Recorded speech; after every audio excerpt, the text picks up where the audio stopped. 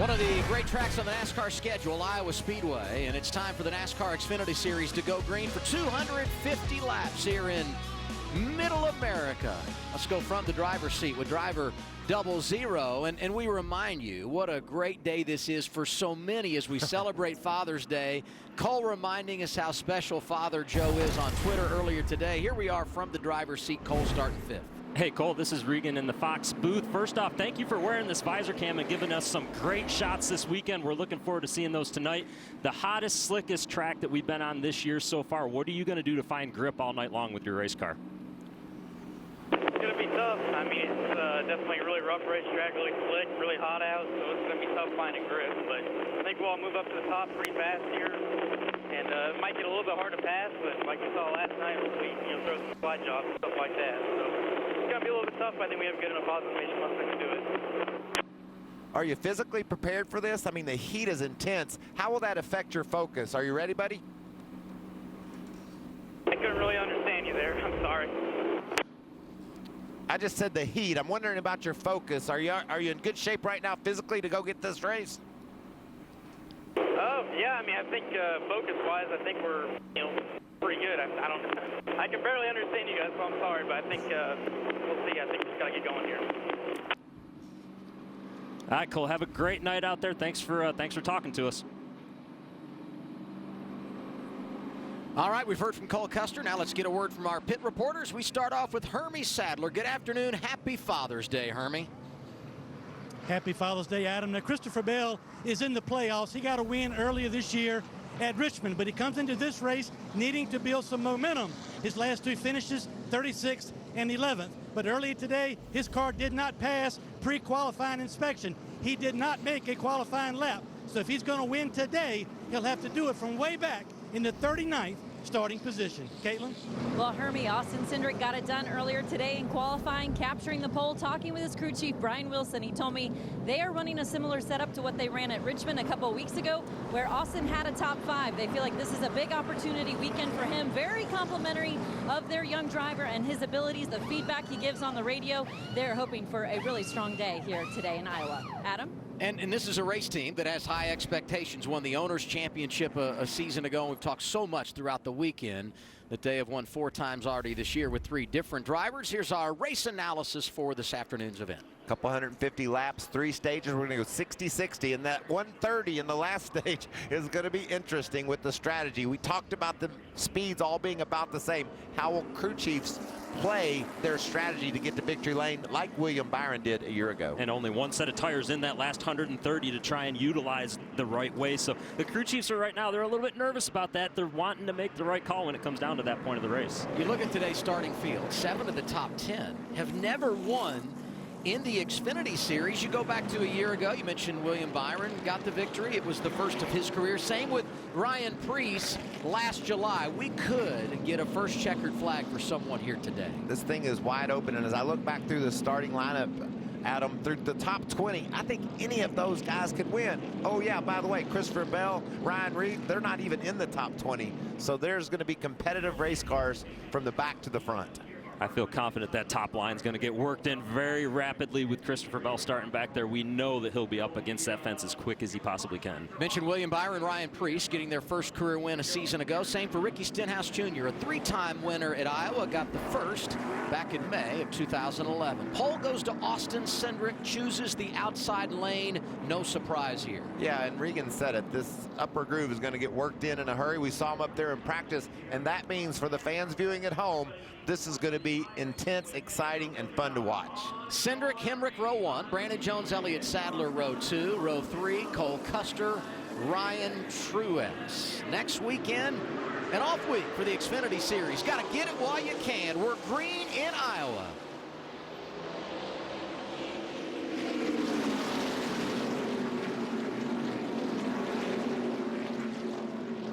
I think Justin Allgaier was listening to you, Adam. You saw that orange car with the corn on the hood. Get it while he could. 3 wide into turn 1. And if there was any doubt where the preferred line is, look at Cindric drifting way out there off the pole. Lap 1, he's already committed to that 3rd lane up. A little surprised to see him go up there for the entire first lap. I figured we'd see it through 1 and 2, not 3 and 4. Sadler jumps up to third, blue number 1. Hemrick settles in between, and he and race leader Austin Cindric 3 wide.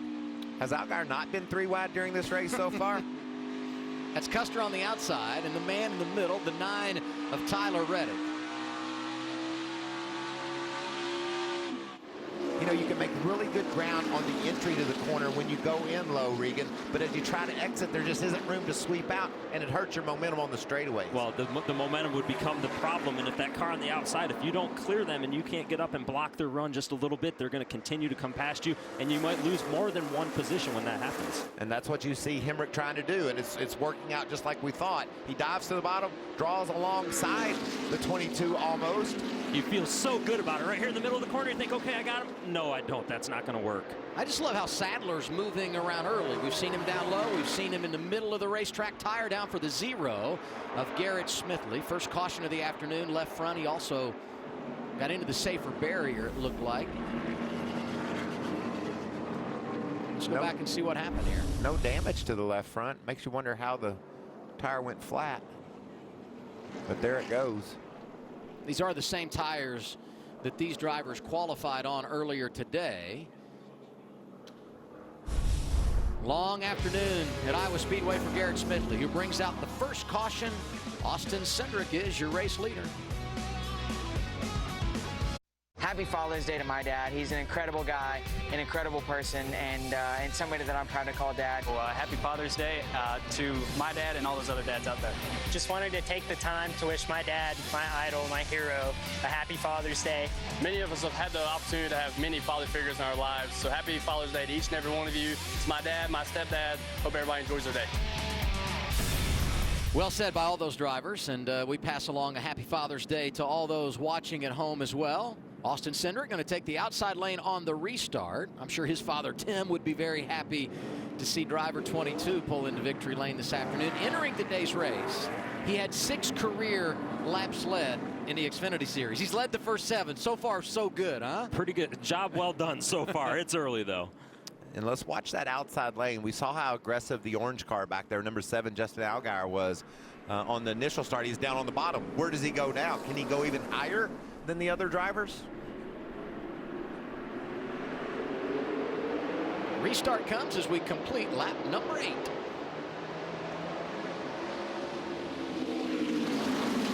Three wide already. Brandon Jones jump into the middle. Truex is with him. That's just fun racing right there. And it's precision racing too. The spotters up on top of the grandstands better have their eyes peeled because these guys are very aggressive early in the going.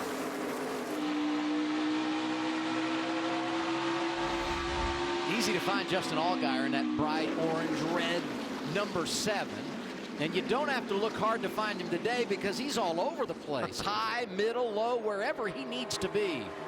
Elliott Sadler with a slide there off the corner. That'll really burn up those tires. Every time you go sideways just a little bit with those tires, it's going to be a lap that you pay a penalty later on in the run, so they don't like doing that early on, especially on low pressures. Right. We talked about Ryan Reed, as you see, making a little contact there in the 16 car with Jeremy Clemens in the 51, and Christopher Bell. Both those cars looked really good in practice. They both started in the back. And Adam, I'm impressed. Reed's keeping up with Bell, maybe one of the favorites coming into this race. Great progress already near the top 15. 16th, 17th, and just behind them, Matt Tifft, who also had to start in the back. Unapproved adjustments for driver number 2. Talked about how I thought Christopher Bell would be up on the wall immediately. Well, he's been doing most of this damage in passing cars on the bottom of the racetrack. We see him in the middle right now as they go down the backstretch, though. Because he didn't qualify, sticker tires to start the race. That's an advantage, but how long before those start to give way and balance out with the rest of the competition? You know, I think it's going to be an advantage this entire first run as we go through this stage until they change tires again. Now, if we get a run of cautions and they cycle the tires, not quite as much of an advantage if that were to happen, but right now it's an advantage. 3 wide, inside making his debut, the 18 of Riley Herbst. That's the 61 of Kaz Gralla. Nemechek is there. Cole Custer and the 11 of Ryan Truex as well, Hermie. The 11 of Ryan Truex yesterday after first practice really did not like his race car. Crew chief Chris Rice really threw a lot of changes at that car. They qualified better. I talked to Ryan and Chris Rice after qualifying. He said, we're a top 10 team. We now have to learn how to win as a team. They're trying to take another step today. It was a 5-car battle, now a 6-car battle. Welcome to the party, Christopher Bell. Adam, are we nearing the end of stage 1? Is that what this urgency is about? 3 wide all throughout the field? This is incredible. Little concern right now for Cole Custer, one of our early race favorites that we thought we'd see go forward as this race starts. He's falling back right now, all the way back to 11th position as they sit there right now. So you're saying Cole started in the front and he's in 11th, and Bell started in the back and he's in 12th.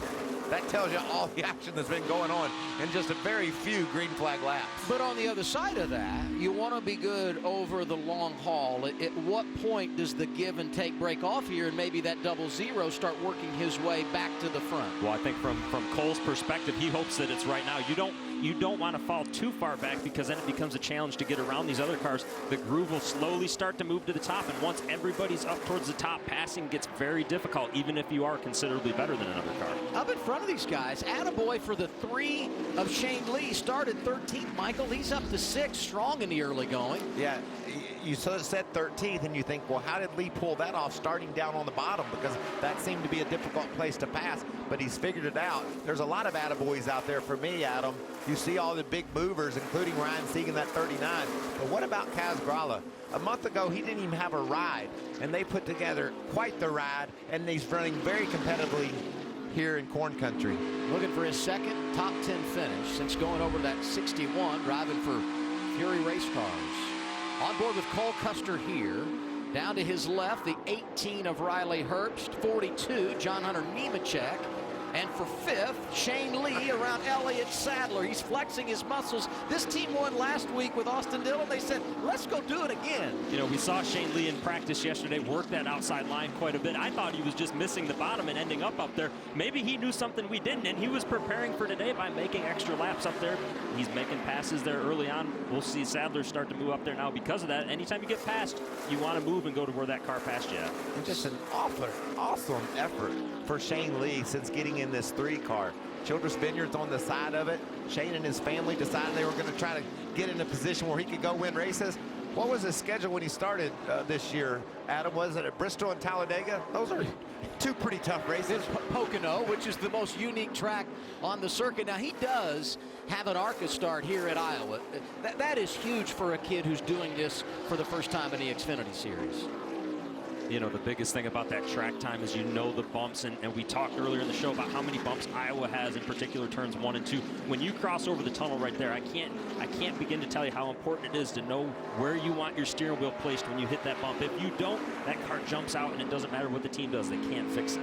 You see Cole Custer there on Kaz Grala said, it is time to go. A little bump and run. Opens up the door for Herbst. Bell is right back there behind him. You know, there's great action all around the track. Meanwhile, back at the front, leading every lap, first 21, pole sitter Austin Cindric, Brandon Jones behind him, just over a second back. Allgaier, Hemrick, Reddick, your top 5 right now. Cindric is like, man, I look in my mirror, I'm glad I'm not in all that mess, right? Just having a nice, smooth run at the start of this race, as is Brandon Jones. Nice job for this team early. Caitlin, what's he reporting on the radio? Well, Michael, right now he just said he's a little bit tight, but talking with his crew chief, Chris Gabehart, earlier today, he told me Brandon has just had such a high level of preparation this year. He's been really impressed with how he continues to grow and improve as a driver. And he said, and personally, I've really enjoyed working with him because he's an extremely humble and kind guy. He says he takes this opportunity at Joe Gibbs Racing very serious. He's holding down that second spot right now, guys. This has been a real nice partnership in the first half of the regular season. Brandon Jones, Chris Gabehart. We've seen Jones making tremendous progress, but here has got a veteran all over him. Justin Allgaier, who's had some struggles lately. Back-to-back DNFs at Charlotte and Pocono. Maybe not the speed they would have liked last weekend at Michigan. They're back in the game, 3rd right now. Oh, Chris Gabehart is crew chief. He's got a pretty nice notebook for this track, doesn't he, Adam? 1, 2 of the last 3. That's not bad. All right, well, then Brandon needs to take advantage of these situations. Regan, you know this as a racer. When you go to a track that you like and you have some experience on and you've got a crew chief that's had success, You've got to click on those days. Well, you do, and this is now Brandon Jones' 7th start at Iowa Speedway. He made his debut back in 2015 at this racetrack, so he's got that level of confidence in the racetrack and what the car needs to do. He personally, as a driver, has a notebook also, along with his crew chiefs, that tells him what has happened in other races there. We said Cole Custer, good on the long haul. Here he comes. Bump and run, gets around Kaz Gralla inside of the 3.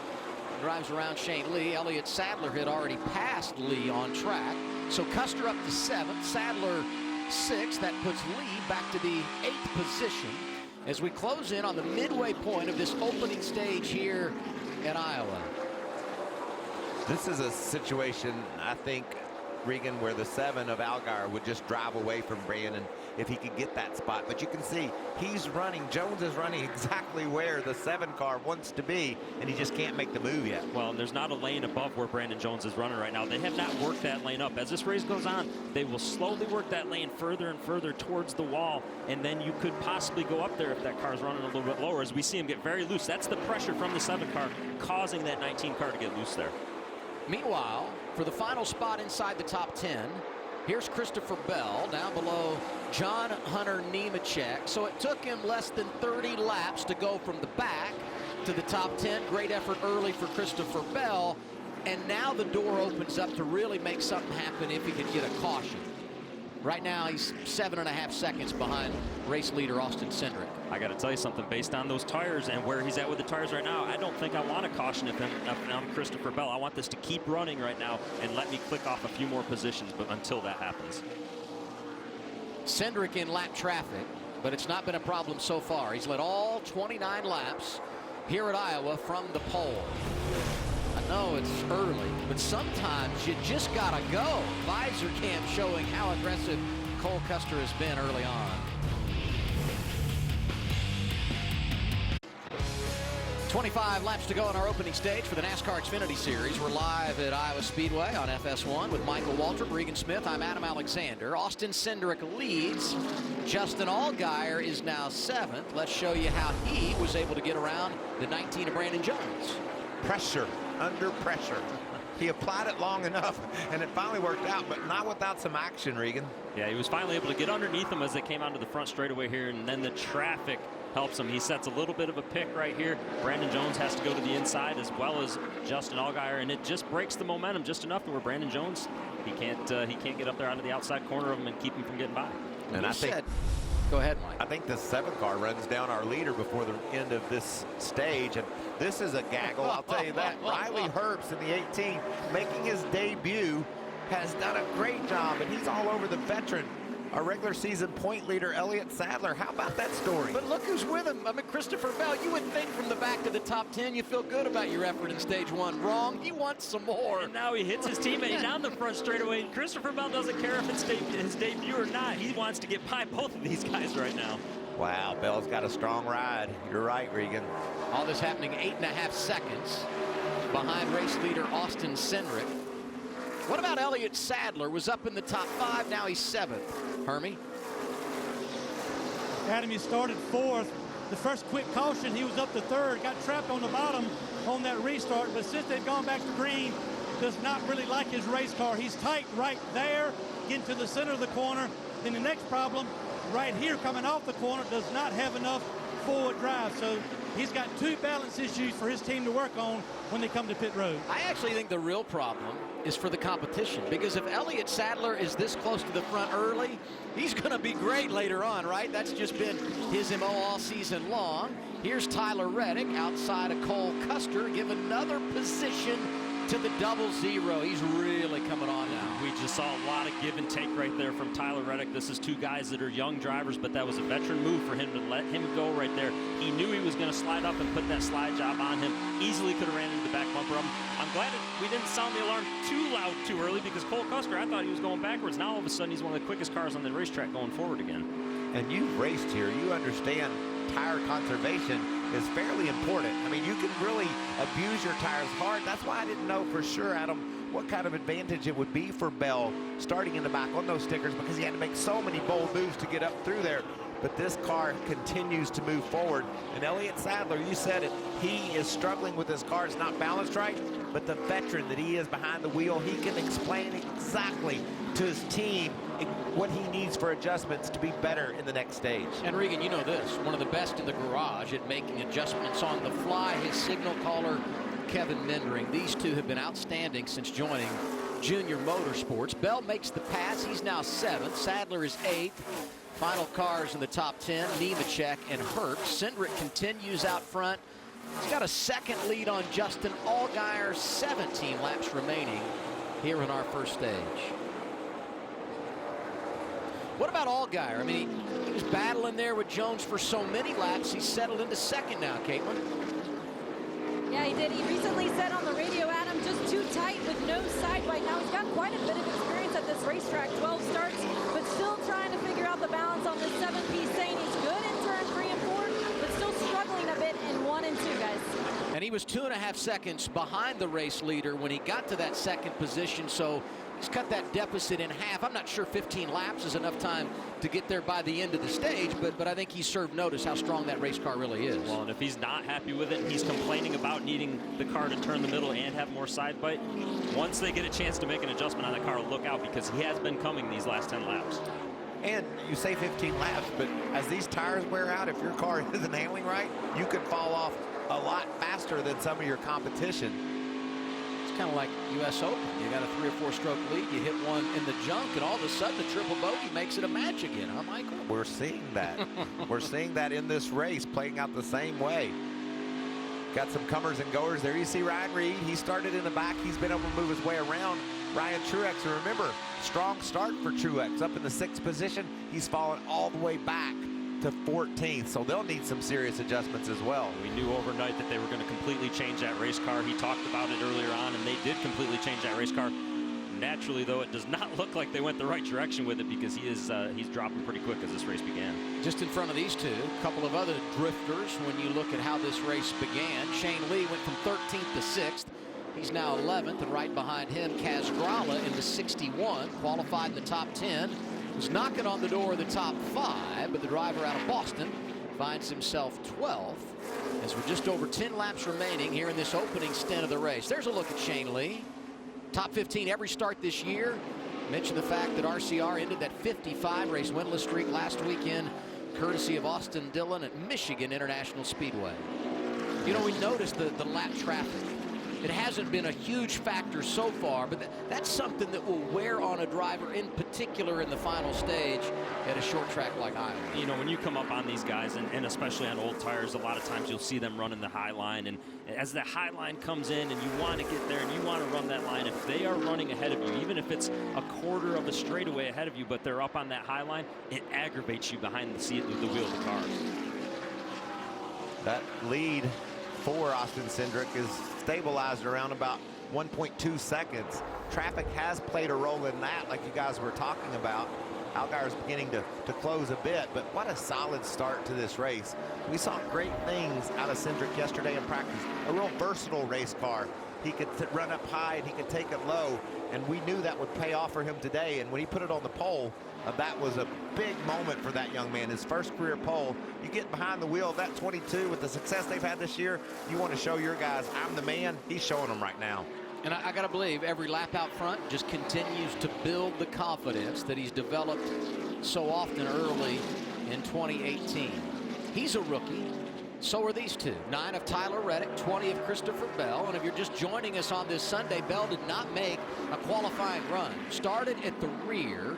He's gone from 40th to 6th in 50 laps. And we said it, lap traffic can play a role. Here's Cindric dealing with a bunch of it. 4 wide off of turn 2, that's tough. Not at all what Cindric wanted to see right at this stage of the race. In particular, 8 to go to the end of the stage. These cars are going to battle hard for every position that they can get, and you see him having to maneuver his car to the bottom to try and get around him. And if he looks in his mirror, he can see corn. That orange car right there with the corn on the hood is Justin Allgaier, and Allgaier's got it down to under a second now. He's thinking stage win. He wants to get that precious playoff point. He wants to get through this traffic and go deal with the 22. And Allgaier's only got 1 playoff point, because if you remember, he won Dover, won a stage there, but all that was taken away because they failed post-race inspection. So one lone stage win, the only playoff point he has at this stage of the season. There is Bell, able to get around Reddick up to 6th. And I believe that's all he'll get here, because a long way to go to get to Cole Custer and make his way into the top 5 with 6 to go. I got to tell you guys, what I really like about Christopher Bell's car right now is we've seen him make the majority of his moves on the bottom of the racetrack. That's one of the first times all day that I've seen him go up high through turns 1 and 2. He is making that bottom work, and it's the old theory of go where the other cars aren't. It's going to be faster for you. It's just tough to do sometimes. He is making it work, though. You can see the 16 there of Reed really slip off the corner, and Kaz in the 61 was able to make a good run, but now Reed's rallying on the top. Kaz wants to get back to the top 10. He scored stage points last week in both stages. Needs more here today as he tries to come back, make his way into the playoffs. And how about this breaking story? Elliott Sadler coming down pit road, some damage on the right side, Hermie. You can see it, right front tire is flat on the one. He's made contact with the wall. They're going to come down. His car's been really, really tight through the center, loose on exit. He ended up getting into the fence right now. At the end of this stage, it'll be right side and a chassis adjustment for Elliott Sadler. Bad news for him, good news for his teammate, Justin Allgaier, trying to run down Austin Cindric with 3 laps to go, stage 1. Elliott Sadler was 8th when he had his issue there. And look, he's dealing with Alex LeBay in the 36. What's LeBay doing, you ask? He's trying to stay on the lead lap. He wants to be in a position to get a strong finish for his team, and that's playing right into Allgaier's hands as he puts the bumper to Cindric. Cindric went sideways. They're 3 wide at the start-finish line, 2 to go, and there goes Allgaier to the race lead. 7 car is strong and finishing at the top here in stage 1. I don't know how Austin Cindric felt about that little bumpy guy, but they're racing for a stage win. You got to expect that stuff, huh? Well, he may get to pay him back. He's going to get his redemption here, or try to anyways. 1 lap to go in our first stage. Cindric led the first 58. Allgaier took the top spot away as we went across the start-finish line with 2 to go, and it would appear he's going to win his 3rd stage of 2018.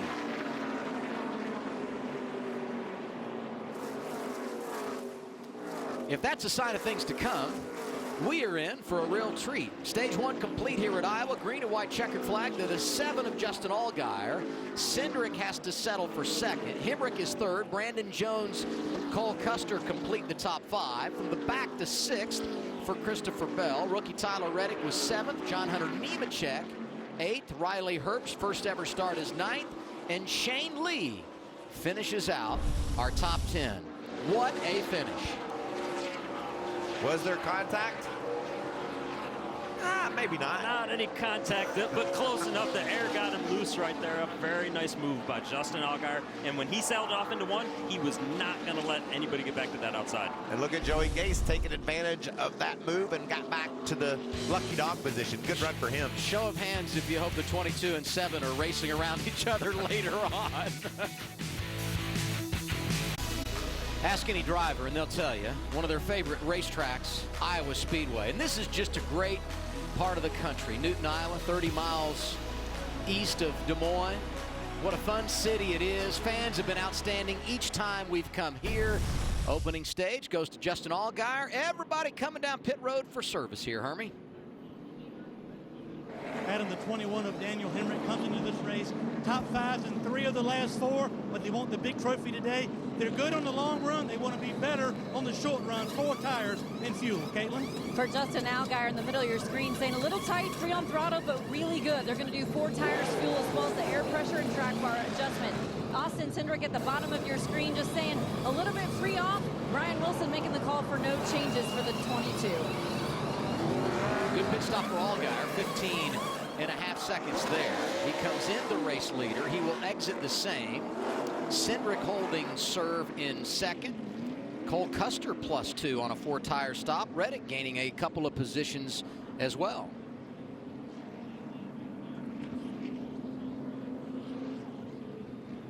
Let's hear from Justin Allgaier. Hey, Justin, this is Regan in the FS1 booth. A great end of that stage for you. Got a little bit dicey right there. Was it as close in the race car as it looked from TV for us? Yeah, Unfortunately, it was a little closer than I would have liked to have, but really proud of these guys. This brand professional agriculture Camaro is really, really fast. I told you earlier I thought we had a really good car for today's race, and right there showed it. You know, I think that as everybody works on their cars, it's going to get racier and racier, but really proud of the adjustments that we made right there, and really just happy with our car. Everybody back at Junior Motorsports, it's always good to get the old 7 car out front. All right, Justin, we appreciate that excitement. Keep it up the rest of the day. Thanks. Thank you, buddy. I'm just curious, how much is this track going to change as we go throughout the day here, right? Because he's so good in that first stage, and you would think at this time of the afternoon the track will not go through a ton of transformation. We'll find out. Stage 2 next on FS1. Just about time for Stage 2 here at Iowa for the Xfinity Series. On this date, 1885, Statue of Liberty arrived in New York City. Marx Brothers, a day at the races, opened in New York, 1937. In 1970, the Polaroid camera was patented. You guys still have a Polaroid? Okay. And June 17, 2012, Dale Jr. ended that long winless streak, getting it done at Michigan International Speedway. So you look at Christopher Bell, started in the back because they didn't make a qualifying run. They had issues in the inspection line. He went from 39th officially to 7th. And here's what he told us prior to the race, calling his shot, if you will. This place is really, really wide. Should be able to run from the wall all the way down to the yellow line. So it's going to be fun starting the race from the back. We got a really, really good Rheem Camry, and I think we've got a piece that can contend for the win. Just going to have to work a little bit harder here in stage 1. He actually went from 40th to 6th, going to restart 7th here. Yes, it was fun. I agree with him 100%. He sounds like his buddy Kyle Larson. He said when he's a kid, he just wanted to start in the back so he could pass everybody. Well, he made it look easy, that's for sure. Lineup for the restart: Allgaier, Cindric, Custer, Hemrick, Reddick, the top 5. Then it's Brandon Jones. 2 of Matt Tift was penalized. He'll restart at the rear. Not a great start on the bottom for Cindric. We saw him choose the top when he had that choice, but nice run there off turn 2 to get up in line. Very fortunate he was able to clear the 19 right there. Otherwise, he may have lost a lot of spots. We've seen how he wants his car to be up on the outside. Something that's going to be interesting to follow as well. We saw the 00 really fall back on the short haul at the start of this race. How will they adjust that car? Talking to crew chief Jeff Mindering about their decisions approaching this race today, they said they didn't think they had the winning car yesterday, so they made some changes to it. It's really fast on the long run. How can he get going on this start? We'll have to follow. Also want to update the situation for Elliott Sadler. Had a tire problem, hit the wall, unscheduled pit stop. We thought maybe they'd take the wave around. They've got big problems. Another stop here. They're 4 laps down, scored in the 36th position. There's Bell trying to get some more. Chasing down Tyler Reddick. That's for a spot in the top 5. Would be his highest running position of the day. The 2 rookie winners going at it here. And I think that red car on the bottom back there, that's Riley Herbst making his series debut. He's like, I want to do what that guy's doing. I got a car just like his, and man, he's making some nice moves. And look to his outside, Ryan Reed, another kid coming from the back that's been outstanding today. Ty Majeski's there as well. 2 guys with the Roush group there. Roush has always run good typically at Iowa, so we see them moving forward. Ryan Reed, though, a very nice job by him to move up as quick as he did. Now, if you wonder how you want to get started in NASCAR, how you get around one of these Xfinity cars, Majeski did it by running on his computer. He's an iRacing star, and it afforded him this opportunity. I thought you were talking about Riley Herbst, and you were going to say just call Joe Gibbs. That'd be a pretty good way to start, huh? Hey, the other guy making his debut, 23 of Justin Haley. He's inside the top 15, doing a nice job for GMS today. As we go on board with Cole Custer, he's trying to get around the 22 of Austin Cindric. Good battle of young guns here. Such a nice move off at turn 4. He packed just a little bit of air underneath the car of Austin Cindric, and that was just enough to allow him to get to the quarter panel. And I know it's a short track, but you can still use the side draft to slow that car down, and that's what helped him complete the pass going into 1. And it was also a nice slide job. He pulled right up in front of the 22 when he got down into turn 2, and it enabled him to stay there. But it's opened up the door for C. Bell to hunt the bottom on Custer. And Christopher told us earlier today, he said, I'm going to do a lot of slide jobs as this race goes on. Well, we might have the shot to see that right now as he gets very loose coming up off of turn 2. And I'll just tell you this, no more concerns about the short run speed for Cole Custer. Whatever adjustments the team made, that car is flying right now. We were singing the praises of Kevin Mendering. How about his brother Jeff? He's the one that is crew chief in that 00 car. He too understands how to manage a race car. That's why you see Cole Custer doing so many good things. Quite honestly, I'm surprised they haven't won yet this year, but they've been knocking on the door. 3 consecutive finishes in the top 5. Maybe today is their day, and these two not getting away from each other. 22 and 20. It's Cindric and Bell. Watch this. This is a slide job here. Cindric up the hill, Bell down the hill. But Cindric, nice job there holding that spot. 2 laps in a row, Cindric pulled that same slide job on Christopher Bell down there in turn 1 and 2.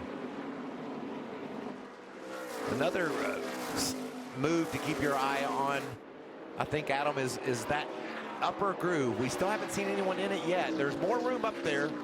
Can you get up and ride right against the fence? How much higher can they go? I'd say they're about, what, 3/4 of the way up right now is the highest we've seen anybody. Can you take it all the way to the fence, Regan? You know, a lot of that's it just depends on the tire and how the tire adheres to the racetrack. We've been hearing different things this weekend about how well this tire is adhering to the track. We've been to Iowa in years past where you've been literally 6 inches off of the wall, and it's so much fun when it moves up there above that top seam and gets up there. We haven't seen it yet today, though. So let's go back and revisit the situation for Elliott Sadler. 4 laps down, just not an all-the-day driver one wanted here this afternoon, Hermie.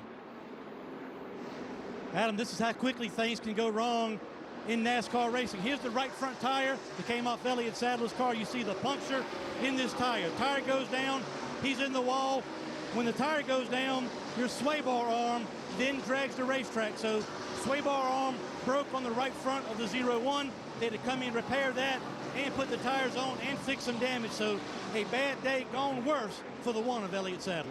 12 straight races in the top 10 to begin 2018. Last week, problems at Michigan, issues again today at Iowa for Elliott Sadler. Meanwhile, left of your screen, Bell and Cindric just can't get away from each other. Meanwhile, the story continues back and forth, and just great racing. And I think they're getting on each other's nerves, but they're not going to give up. I can promise you that. The Xfinity racers go hard from the green to the checker, and it looks like maybe this time Bell's going to have the pass complete. These two have been going at it a long time, including last year in the Camping World Truck Series. They both made it to Miami. Here's Allgaier out front at Iowa. 38 to go, stage 2.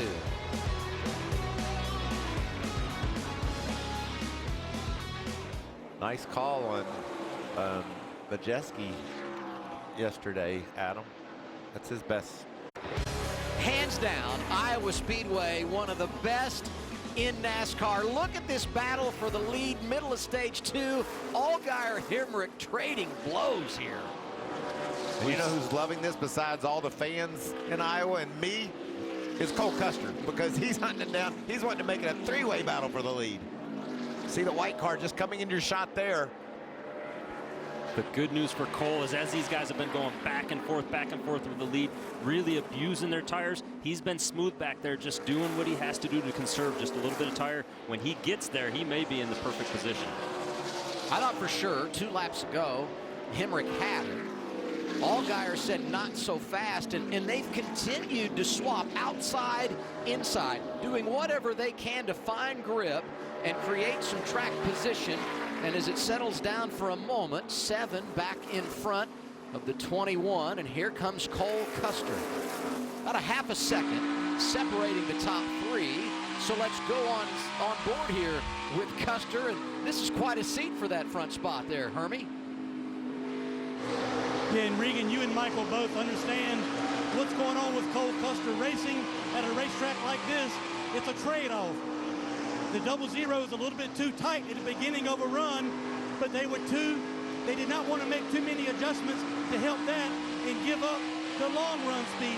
So being tight at the beginning of a run, he's maintaining his drive off the corner longer in a run, so they were afraid to give up that long run speed. And right now, it's working as he is running down the leaders. Well, and so many times when we go to a short track, we will see that it doesn't matter if it's here, Richmond, Martinsville, different places. A car that is tight, like Hermie said, keeps the rear tires on it. You don't have to manage that throttle quite as much, and that pays dividends at the end of the runs. Here's the 9 of Tyler Reddick. Scored in the 11th position. Why did he drop outside the top 10? Yikes, off the corner. That's sideways, and what a save. What's going on with driver 9, Caitlin? Well, on that last pit stop, Adam, they made an air pressure adjustment to try and help his drive off as well and see if they can improve that balance for him. But talking with his crew chief, Dave Ellens, earlier today, he told me since they had that win in Daytona, they just haven't had the speed, the performances that they were hoping for. But he did say he felt like this weekend throughout the course of practice and qualifying, it was starting to trend in a better direction for them. But right now, he's 11th there on the leaderboard.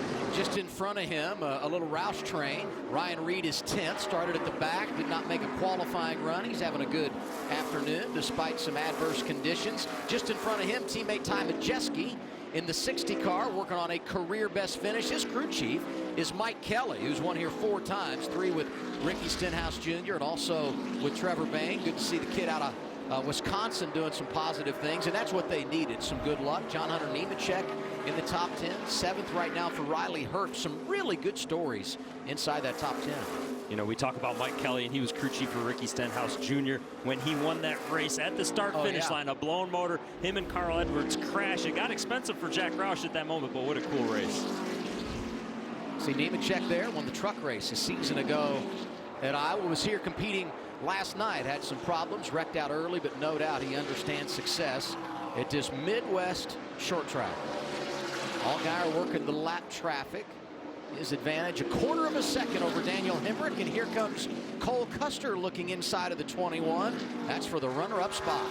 I'm shocked that Hemrick drove up there, caught our leader Justin Allgaier, passed him, and then got passed back and hasn't been able to move back forward.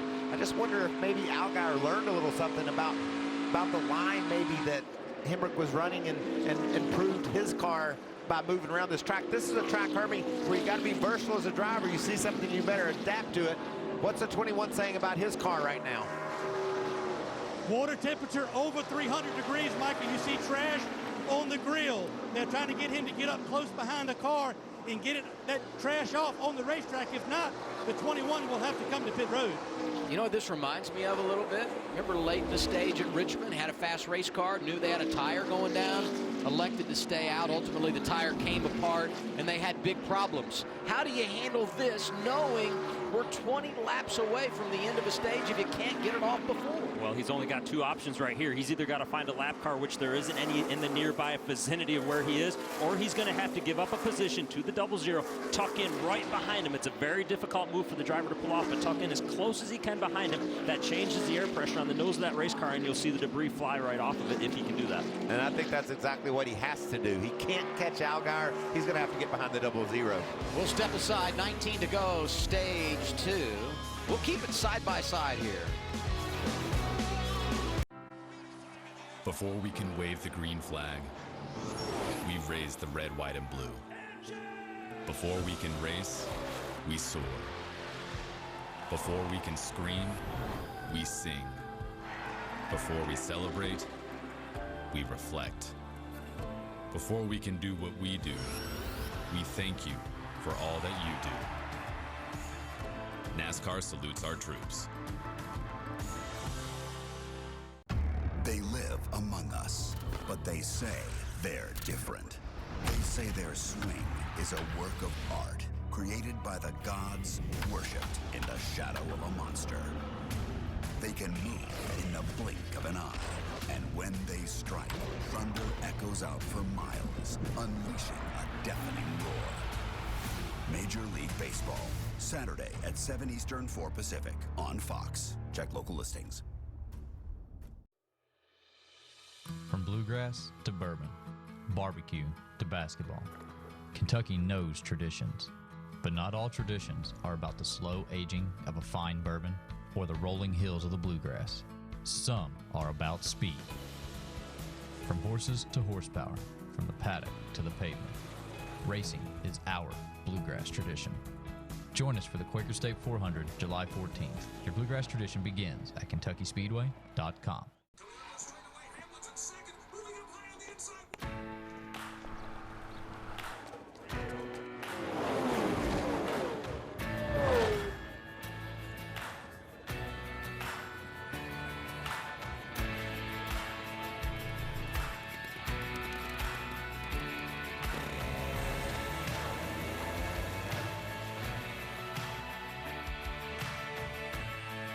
Toyota. Let's go places. Nothing gets a family's full attention like my freshly prepared chicken. The delicious KFC $20 fill-up with 8 pieces of extra crispy chicken and sides will surely get your kids off their phones. And they may even look at you, their loving parent. KFC, it's finger-licking good. Before we can wave the green flag, we raise the red, white, and blue. Before we can race, we soar. Before we can scream, we sing. Before we celebrate, we reflect. Before we can do what we do, we thank you for all that you do. NASCAR salutes our troops.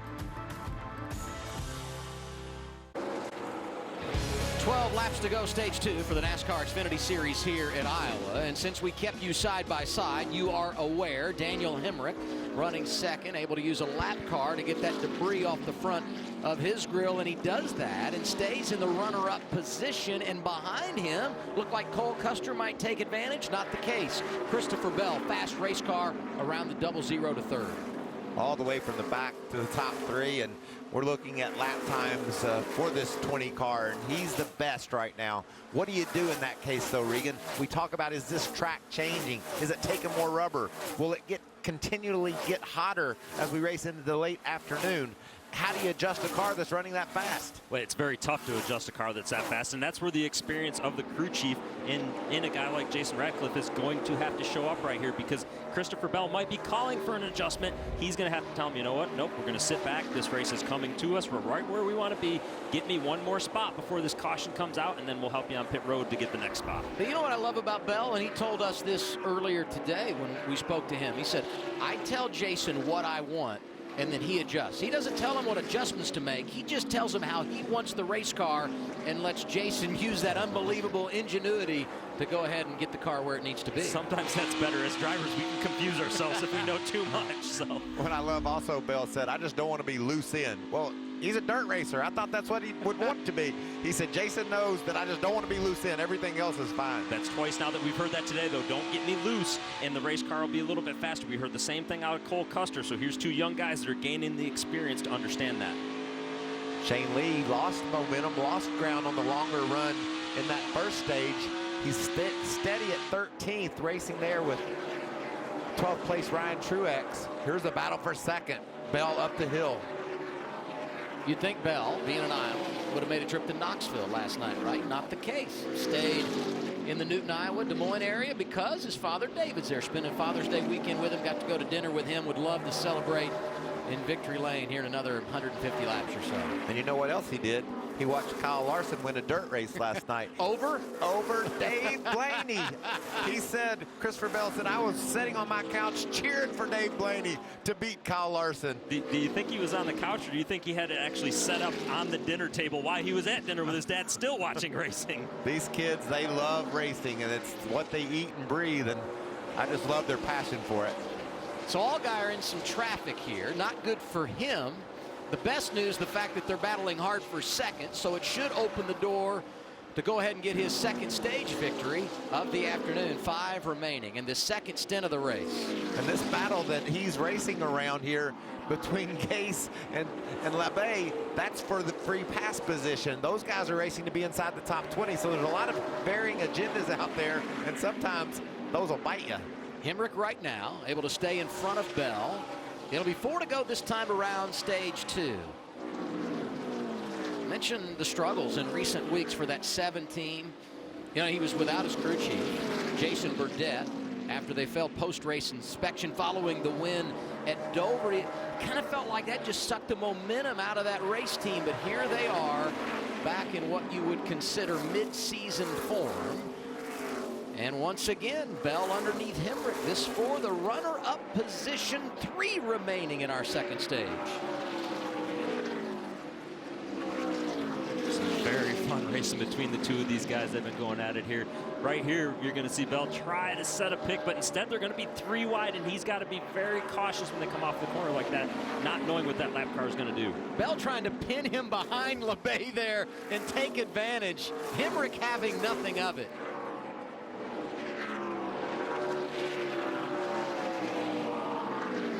Dives to the bottom.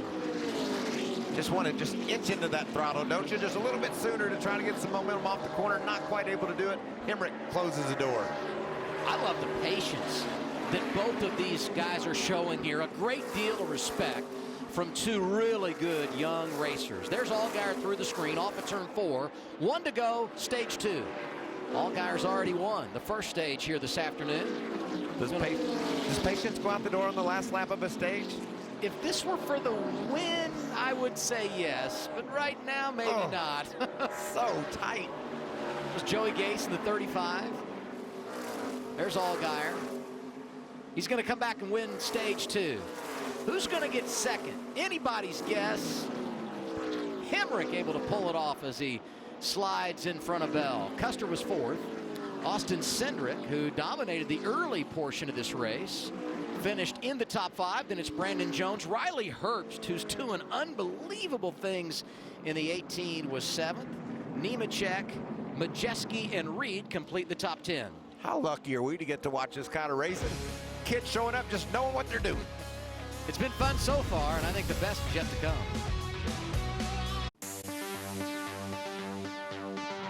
Hey amigos, we're here in the house. A lot of friends here.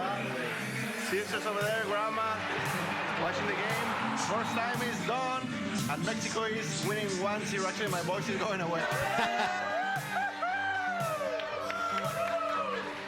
Daniel Suarez driving that 19 car for Joe Gibbs Racing, a native of Monterrey, Mexico. Excited his team won in the FIFA World Cup, pulling the upset over Germany. And we got the triple header tomorrow on FS1. I like Belgium, Panama, Mike. Me too. I traced my roots back to Belgium. As did I. And that's who I'm pulling for. Had a lot of fun on the grid walk last week with Daniel. He's really a big fan of the World Cup. Yeah, you and I did the whole 23andMe DNA test. It said we should root for Belgium, and we are. We'll see him tomorrow on FS1. Stage 2 is over. Leaders on pit road. Here they are, Hermie. The 21 of Daniel Hemrick is a little bit too free. It'll be 4 tires. A round out of the right rear to snug him up a little bit. For the 20 of Christopher Bell, 39th to 3rd. He needs more rear grip. They're going to adjust it with air pressure to minimize time on pit road. Caitlin. Looking at Justin Allgaier at the bottom of your screen. It's been a solid day for him, saying he's free off. Tight center, also asking for a drink of water. 90 degrees right now on pit road in Newton, Iowa. Pit stop's really close for the lead 3. But the best of the bunch going to be the 00 of Cole Custer. He wins the race off pit road, and they were 3 wide behind him. It goes Allgaier, Bell, and Hemrick. No doubt about it. Everybody getting 4 tires here. They just can't get it out of their system. Not even when they pit, they're still 3 wide. See if we can get a word with Christopher Bell. He's made an amazing charge through the field. Hey, Christopher, it's Michael and the boys in the Fox booth. Do you copy? I got you, M-Dub. Man, this has been, I love what you said before the race. I like passing cars. It's going to be fun starting in the back. I tell you, it's been fun watching. What kind of adjustments did you make there thinking about finishing up this race? I don't know. I just told them I needed a little bit more rear grip. I'm sure everybody's saying the same thing right now, but yeah, man, it's been fun. My car's been really, really good on the bottom, so I like that. Pretty much got the bottom to myself here. See what happens here on this last half of the race. Well, thanks for the entertainment. Y'all can't even not be 3 wide on pit road. Yeah, man, good stuff. He's a fun kid, isn't he? Yeah, he's great. And we're really starting to see the personality come out of Christopher Bell. And here's what you called, Michael. 3 wide behind Cole Custer. A great battle as they came off the pit lane. Final stage at Iowa on the way.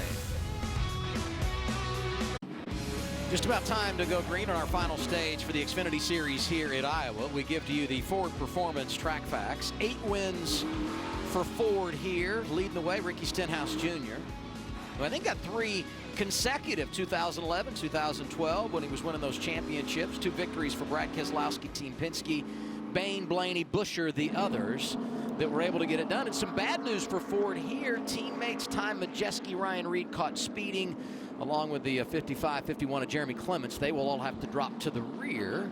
And you look at the pit comparison, that's where this race could be won and lost, huh? You know, one of the challenges when we come to Iowa is a lot of times these teams don't have their Cup pit crews fully available on an off weekend. So there's a mix and match of guys, and we can see this happen from time to time. A slow pit stop, guys that maybe don't work together every week, and that's all it takes to lose a position. And it's such a shame about Reed and Majeski. They had raced into the top 10 and having solid runs.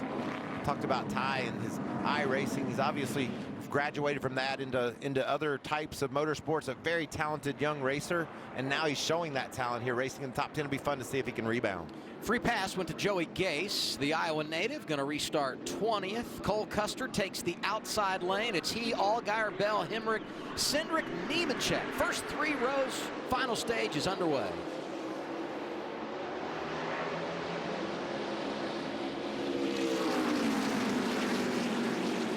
Power move by Allgaier, being able to stick on the bottom and pull away from the 00 of Custer. First time today.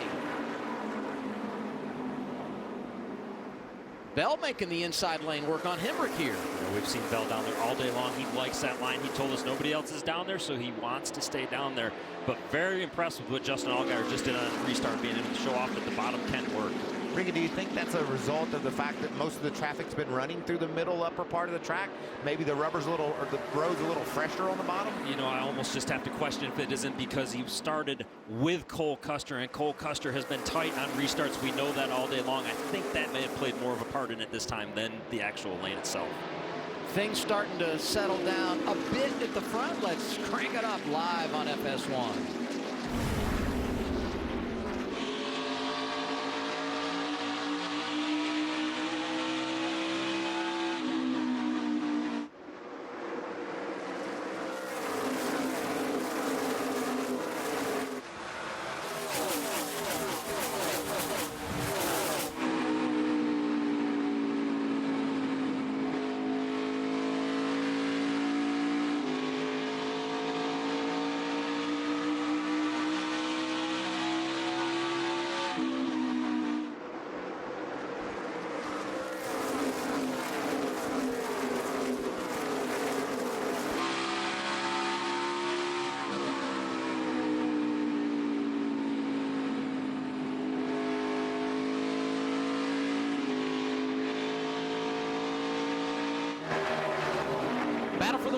Here's Christopher Bell inside of Justin Allgaier. We've said it many times. Bell started at the back. Did not make a qualifying run because of inspection problems. Ran his way to 6th in stage 1. Top 5 at the end of stage 2. And here he is trying to go P1 for the first time this afternoon. He missed it by 7/1000th of a second last time by. See if he can get it finished up this time. You know, this is the battle that I think we expected basically from stage 1 on. At this point, they finally get both cars up front, and we get to see it. Justin Allgaier is going to fight extremely hard to keep this position right now, because if this race goes green for a while, he knows that at some point the track position in his tires will be more valuable than giving up this spot here. The other thing to keep in mind as we roll through this final stage, 115 to go, everybody going to have to make one more pit stop. And likely only one, because they only have one set of tires left. A lot to manage here, especially if we stay green, and this race has had a green flag feel. On board with Cole Custer. And you know, if I'm Cole Custer right now, I like what I'm seeing. Those two guys racing hard. He's just running along. You said it, Adam, one set of tires. We got to run these out to a point, I think, past halfway through this stage, maybe with just 40 or 50 laps to go. Come to pit road then, get your tires, and go to the checker. So you're going to need to take care of the tires a bit here, but you've got to keep your track position. Pit window, 95, 100 laps. So we get through another 15, 20 laps. Caution comes out. We could see some takers, depending on how risky you want to be hanging on to that final set of tires. We might enjoy that sitting right here, but those crew chiefs on those pit boxes will not enjoy seeing that happen. They want this thing to run every bit of 50, 60 laps right here, and it'll make their decision a little bit easier for them. And if that caution did fly, we would definitely see differing strategies. Some guys would try to hold onto their tires, and some would put them on and say, we're going to go for it. Hey, let's give a call to Matt Tift. He also had to start at the rear, unapproved adjustments. He had a penalty at the end of stage 1, and here he is in the 8th position, having a great afternoon as he races Tyler Reddick just in front of Brandon Jones, and right in front of them, big attaboy for Riley Herbst. First start in the 18, doing what you would expect out of a kid from Joe Gibbs Racing. They all seem to run up front in their debut. He's been outstanding. Yeah, there's a picture of him on Twitter when he was about 5, it looks like, racing off-road truck. Noah Gregson, who was so exciting in our race last night, running second, just put it up and said, "Go, buddy, go," and he is going. Well, the good news for him is Iowa is rough enough to be almost like an off-road racetrack, it feels like at times, and especially with the up and down that you have coming off of the corners, so it's right up his wheelhouse here. His dad, his uncles, his grandfather, all in the Southern Nevada Hall of Fame when you talk about being able to get it done out on the dirt. So in the lead, Justin Allgaier. Bell is second. Cole Custer is third. Hemrick, Cindric, your top 5. Happy Father's Day from Newton, Iowa. Father's Day weekend is always a blast for me. I love to make sure I show as much appreciation to my dad as possible. I'd like to send a happy Father's Day to all the dads out there, but especially my dad, who's done so much for me in my lifetime and made so many sacrifices where I could go race and compete each and every weekend. Happy Father's Day, Dad. Fox NASCAR Live at Iowa Speedway. It's round 14 for the NASCAR Xfinity Series. Been an outstanding first 13 races, and today delivering as well. So good to have you with us on this Father's Day weekend. So many great highlights over the years, and I have a feeling we're about to get another one here at Iowa. Allgaier somehow has stayed out front, but Bell just not going away. These two are absolutely dicing it up, and it's so fun to watch. We've got one car that likes the bottom, we got one car that likes the top, and they've just been going back and forth side by side here. This is a 250 lap race. They don't know it. Well, and right now Allgaier's led 85, so he's likely going to lead over 100, close to half at the end of the afternoon. He may win this race. The stat book would say he dominated. He's going to leave here stressed out because he's been fighting for his life. And about 20 of those laps lately, Adam, he's led by a nose. It's been side by side at the start-finish line. And I talked earlier about that white car coming in the screen there. That's Cole Custer liking what he's seeing, and he might indeed be liking it, but he just can't close the gap. He can't get up there and be a part of that battle for the lead. Well, the one thing we've seen from Custer, good on the long run, is it possible he's showing some maturity here and saying, let those two go at it and hang back a little bit, or no? Well, about 2 seconds ago, I would have agreed with you, but then he went into turn 3, and that car jumped sideways. He's getting everything he can out of this race car, and if you want to know how hot it is here in Iowa right now, look at his face. Look at how red it is. He is so determined in that race car, and I guarantee you it's very, very warm right there. Surprised he has a clear shield this time of day and doesn't have a tinted shield on that helmet. You can see him check his mirror there. Daniel Hemrick is just behind him in that black and orange car.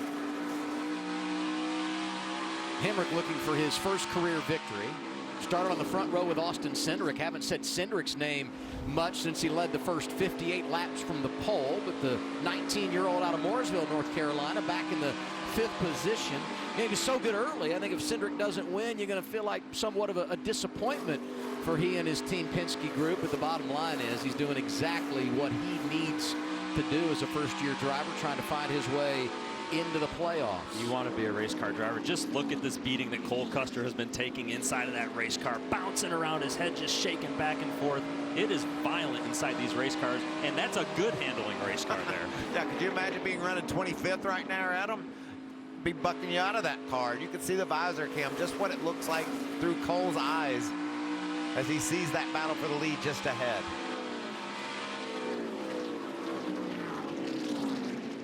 I like what he's doing here. From one Ford to another, you look at the 16 of Ryan Reed. Started dead last after failing pre-qualifying inspection. Drove into the top 10. Speeding penalty went to the rear. The same for his teammate Ty Majeski. They've worked their way back to the top 15 and racing behind Ryan Truex and Kaz Gralla. A couple of drivers having decent afternoons here at Iowa Speedway. What about driver 61, Hermie? Adam, really impressive with this driver and team. Been able to accomplish a lot of experience on this race team. Tony Uri Jr. as well as Shane Wilson. The car is too tight in the center, which makes it difficult for him to hook the rear of his car off on exit. They need to fire off better on a short run. Pretty good on the long run, but looking for more short run speed. That's what they'll address next time they bring that car to pit road. But, and now, without a doubt, as we see the teammates battling for position, Majeski and Reed there in the 60 and 16. Now the focus has got to be on the long run. 3 cautions today. We had the early issue. Since then, this has been clean. The only other 2 cautions of the afternoon coming at the end of stage 1 and the end of stage 2. Well, and this is where the strategy could play into this. Will somebody shortstop this race and try to go out there and make up time by doing a shortstop, or do they stay out a long time? The crew chiefs are going to really have to decide that here. We're almost within that window now. I want to stay out as long as I can. I know that's the conservative ride, but I like that approach. 90 laps to go. We are in the window to be able to go the distance. Let's get a quick word from Busch. Is this man your dad? He wants Busch for Father's Day. Busch.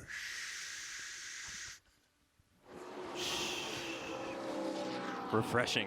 I guess we know what you're doing. The race is over, huh, Michael? Busch on a Sunday afternoon with a NASCAR race rolling. This is a good day. We've talked about him all day. Riley Herbst, who has been quiet, and that's a good thing when you're making your first career start, Caitlin. It certainly is. It's been a pretty smooth day for him. And talking with his crew chief, Eric Phillips, he told me this is actually a home track for Eric. He said, I always place a lot of pressure on myself to run well here as the crew chief calling the shots.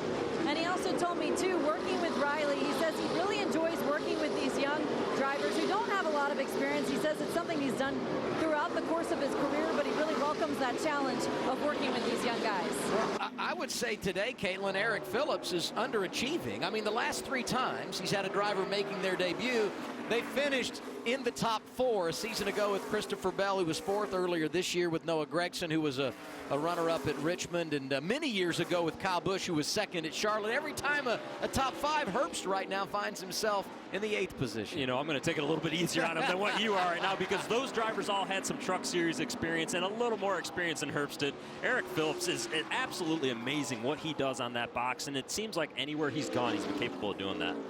Saw Allgaier sideways there off turn 4. Opened the door again for Christopher to dive in there, but so far can't clear him.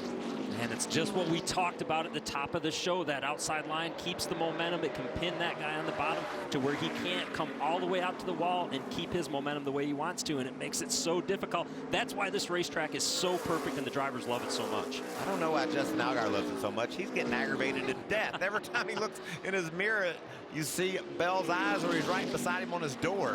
What is the balance there, looking out the windshield, looking in the mirror if you're Justin Allgaier? Well, a lot of it's got to be what you're hearing from your spotter, and you're listening to him and relying on him, but you do want to know where that car is. Since he's on the outside, though, as we see now, Bell's going to try and make that way outside line work that we haven't seen all day long. Unless he can make that work, then he's okay where he's at. I'm convinced it's there. I just want him to creep over a little bit more. There was a lot of dust flying off of that race car just there, though. I'm not going to hit the wall if he moves over there. 85 laps remaining here at Iowa. Things are great at the front. Allgaier, Bell, Custer, Hemrick, Cindric, your top 5. 79 laps to go for the NASCAR Xfinity Series here at Iowa Speedway. Justin Allgaier leads. Christopher Bell is 2nd. Cole Custer, Daniel Hemrick, Austin Cindric, our top 5. We say happy Father's Day to you, and a special thanks to all the fathers on the road this weekend working the race in Newton, Iowa. The men and women that helped put on NASCAR on Fox do an unbelievable job. Long day yesterday, heat and humidity all weekend long, setting up this circus that hits the road each and every weekend. We thank them. And we say a Father's Day wish to both Bubba Dean and Jake Blau, father-son combination, working camera for us today, and our pit spotters, Walter and Brian Cox. Always good to have the father-son combinations, and we got a couple of them working together here with us this weekend in Iowa. Walter and Brian, they do an amazing job down there on pit road. I've got to work with both those guys this entire season, and I'll tell you guys something. I didn't know what I was doing when I started this job. They basically told me what to do, so very appreciative of those two guys. I'm just so thankful for the whole team at Fox Sports that come to town and put these races on and show the fans at home what incredible action we have on the track. 7th and 8th. This is good, huh, Michael? Yeah, and I think Riley Herbst is just learning. He's faster right now than John Hunter, but we see Christopher Bell up at the front with the experience he has. He can't complete this pass either, so there's just a lot of learning going on. And believe me, Adam, as we race toward the checker, action's going to pick up. You're going to try to squeeze a guy. That's what's going. You're going to squeeze him, pick him in traffic like we see here. Right here, this is Christopher Bell's opportunity. Now that Justin Allgaier has to come off of that top lane of the racetrack, he's going to need to do everything he can to get the run at the right time. And as we see, he's going to get boxed in just a little bit here. 51 is Jeremy Clements. 8 is Blake Jones. Lap cars, this time helping out leader Justin Allgaier, who maneuvers quite nicely into turn 1 with 74 laps to go, and we're starting to inch closer to that window of making a green flag pit stop in our final stage. Let's get a quick word from Duracell. This is the #1 trusted brand. David Starr, the next driver in line, to go a lap down from Justin Allgaier. He's maneuvered through it quite nicely. Back to the battle for 7th. 18 Riley Herbst, 42 John Hunter Nemechek. Both have been good this weekend. In that car right now, John Hunter knows that this is Riley's first race, so he's going to make him work extremely hard for this. He's going to hope that Riley wears out his tires right now, and Riley might not know any better as we see him move up the track and almost get into the side of John Hunter. Now, that was an aggressive move. Gave it a little gas in the center of the corner, it looked like. Tried to get his nose ahead, knowing that would be the key to the pass. And look, dives in hard to turn 1. I think he's going to make it work. Great move. When you're 19, you are not supposed to be as patient as Riley Herbst has been here today. And as we see Allgaier getting back into some lap traffic, talking about the potential of a green flag pit stop on the horizon, let's bring into play not just the strategy call from the crew chief, but the pressure on these pit crews. Going to be big. Chastain going to try and stay on the lead lap. He goes high. Allgaier goes down low. Can he complete the pass here? Joey Gase in that mix as well. I'm impressed with Gase today. This is good speed. He's in the top 20, being very aggressive racing against Ross Chastain. Surprised Chastain hasn't been closer to the front all afternoon. Yeah, he's struggled. He's been back behind. Oh, look at this move. He's going to push him. Allgaier gets pinned in. There goes Bell to the inside. And finally, Christopher Bell gets the top spot at Iowa. Can he hang on? Well, he led that lap anyway. Wow, what action that was. A nice job by Justin to sail that back off into the corner and stay to the outside. And we see Ross. Ross is going to give him a little tag right here. Ross is fighting hard to stay on the lead lap. Allgaier almost got a piece of the wall coming off at turn 2. And I think the fact that he lost the lead at the start-finish line but is able to come back and regain the top spot speaks volumes to how strong that car really is. I think it's so much effort from these guys. They're just fighting every lap like it's the last lap, and I love what I'm seeing. Cole Custer has fallen behind now. He's a second and a half back in third. It continues to be Hemrick Cindric completing the top 5. The rest of the top 10, Brandon Jones, Riley Herbst, Matt Tiff, Tyler Reddick, and Ty Majeski back in the top 10. Likely green flag pit stops when we return. All week we work. We clock in, roll up our sleeves, and get the job done. And when Friday comes, we all get to raise when they take the green, there will be 10 to go. A little hell.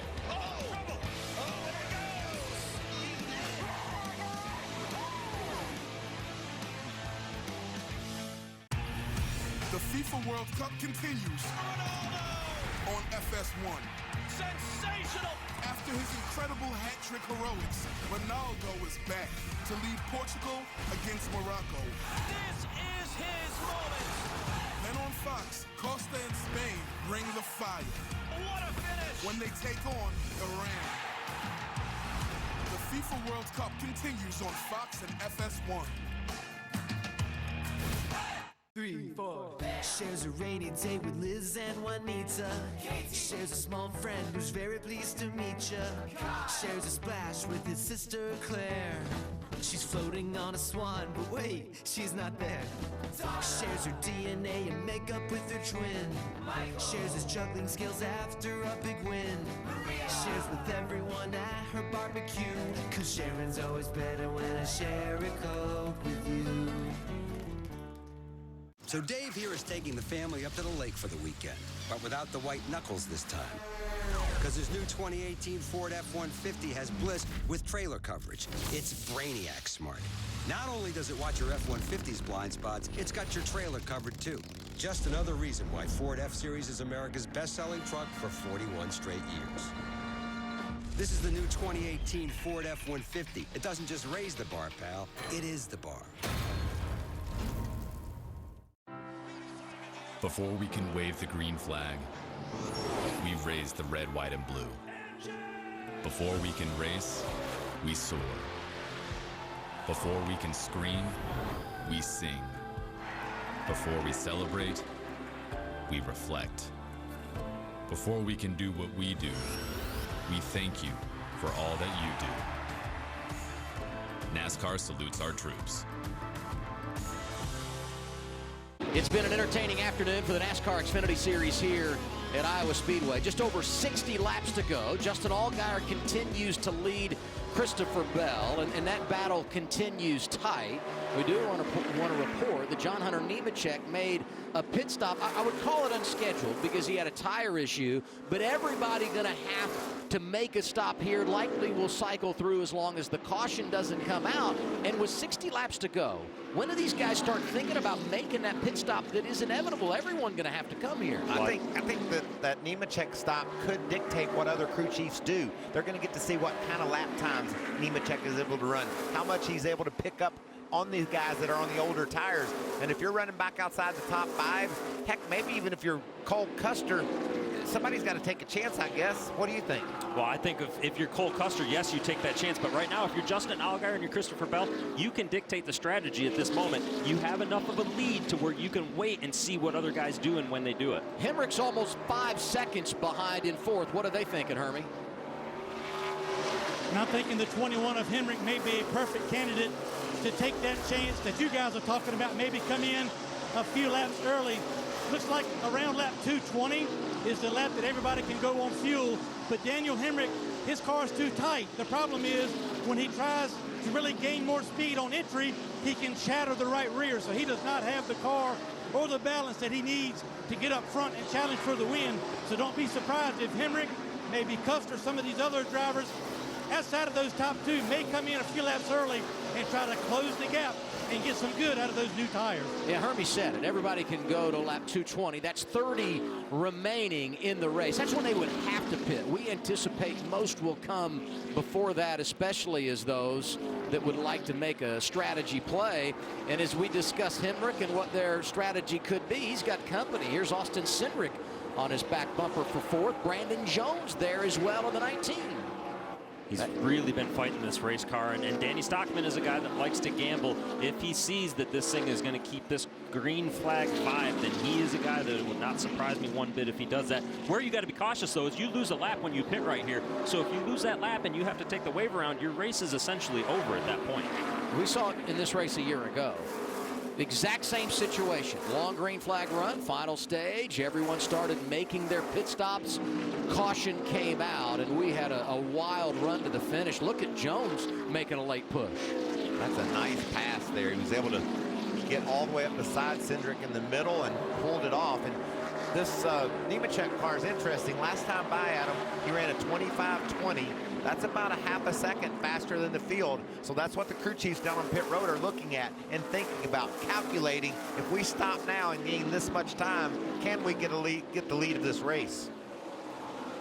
Justin Allgaier out front. He won stage 1 and stage 2. It's the 4th time this year that a driver has swept the opening 2 stages of the race. 2 of the first 3 times it happened, the driver went on to get the checkered flag as well. Allgaier would love that, would lock him into the playoffs, because that win at Dover, because of the post-race inspection problems, does not count to get him locked into the postseason.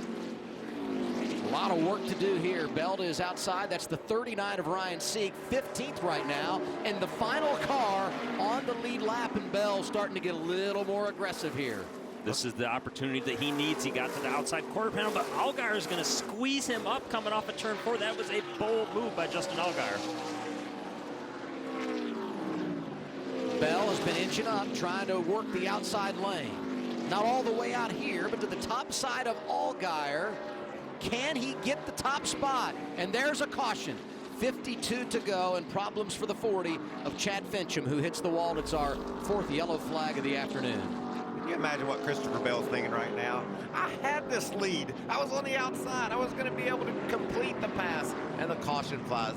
This is an entertaining race. He worked for the better part of 70 laps to finally get that position. He gets it, and the caution comes out. 15 cars on the lead lap. Ryan Sieg able to hang on to that final lead lap position. Shane Lee, the first car 1 lap down, will get the free pass. And pit road is going to be huge here. It will be the final stops of the afternoon as we check in on what happened with Fincham, top right of your screen.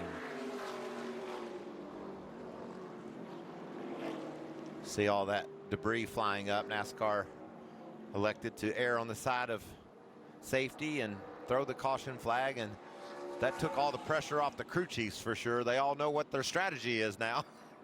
You know, the only guys that didn't like that, the 42 car of John Hunter Nemechek and the 16 of Ryan Reed, who actually had just hit pit road as that caution came out. This hurts them a lot right here as this race progresses. So what you do is you just line up, take the wave around, right? I mean, that's your only option, because you're not going to come back down pit road. You don't have any tires to come. You take the wave around, but now John Hunter's going to be on basically 20 lap less tires than anybody else, and really, if he does anything the rest of this race, it'll be impressive. And then Reed the same way. He was sent to the back already once, and now he's going to be trapped back there again. There you see Phil Gould. No, that's Jason Ratcliffe, excuse me. Talking about Ryan Reed, I thought it might have been his crew chief. The shadows fooled me. Jason Ratcliffe hoping his team can get the job done on pit road. And let's go back to the last pit stop. They were 3 wide. I mean, this very well could be what decides the race. And you can't have a mistake. You can't get greedy with your tachometer and try just to inch another 50 RPMs out of it. You have to be patient when you roll down pit road. Top 5 coming in. Allgaier, Bell, Custer, Hemrick, and Brandon Jones. This is going to be big, Hermie. They're heading your way.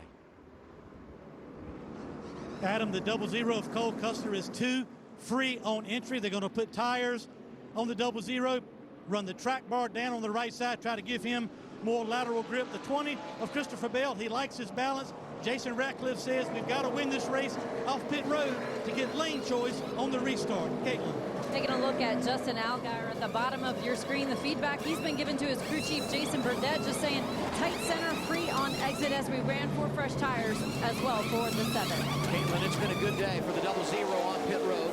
14.8 for him, 15.9 for Bell, 14.7 for Allgaier. How about the 17 come in leading?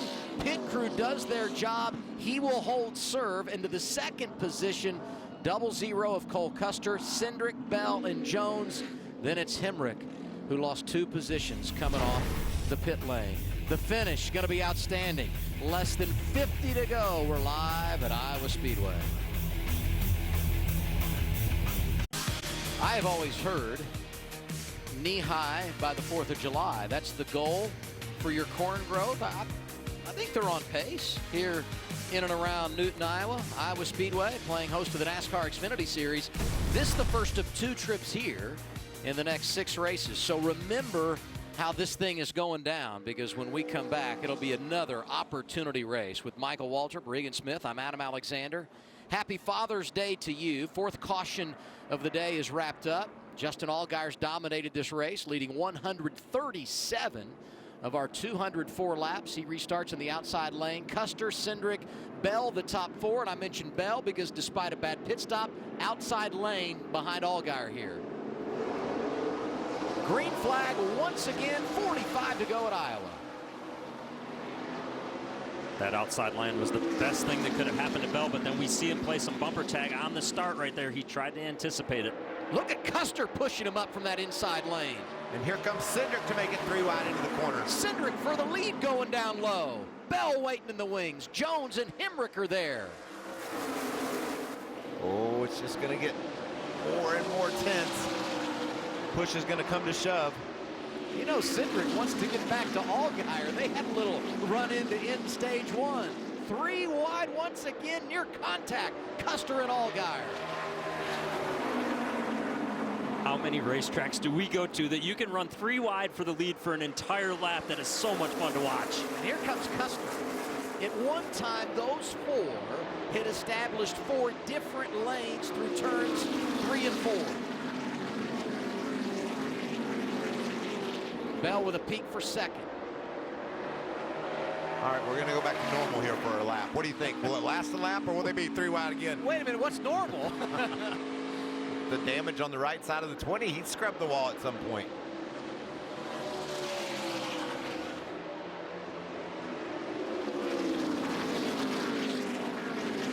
See the 22-21. They started this race on the front row, both solidly inside the top 5 throughout the afternoon. Here goes Bell one more time. It was a great move by Hemrick to get around the 22 of Cindric. Maybe they got the 21 tuned up now, and he can make a run at these guys. There's that damage you talked about, Michael. I'd be surprised if there wasn't damage, Adam. That just barely took the paint off. That's just getting the car just right. Every race I think I ran in my career, I had that on the right side afterwards. Maybe that's why I'm sitting here now, though. Reminds me a little bit when he'd run those truck races at Eldora, just beating that wall down as he tried to make his way to the front. Nobella's been committed to this bottom, especially on fresh tires. It's just so difficult to clear the car on the outside. We did see at the end of that last long run, though, he started to work in way up against the wall, a few laps, feeling it out. It just never looked like it fully cleaned off for him up there. You know what we found out today is you don't just drive up and pass someone. It's a slow, methodical process. I thought Bell was about to make it happen. He slides back. Here comes Hemrick, and the guy that loves it all with under 40 to go, Allgaier, who's starting to create a little separation at the front. Look at Bell trying to dive across the center of the corner to get that position. He makes it work. Can Custer come back? Gosh, I love this. He told us slide jobs, he would be pulling them off. That was an ultimate slide job right there. But you know, when you slide a guy, you're going to get slid back. That's how he won his first race. Remember last year, Kansas slid up in front of his teammate Eric Jones? If Eric's watching today, I'm sorry for bringing that one up. That was a great job there, grabbing that spot. Now does he have the speed to run Allgaier down? Justin's gotten out about a second ahead of this battle.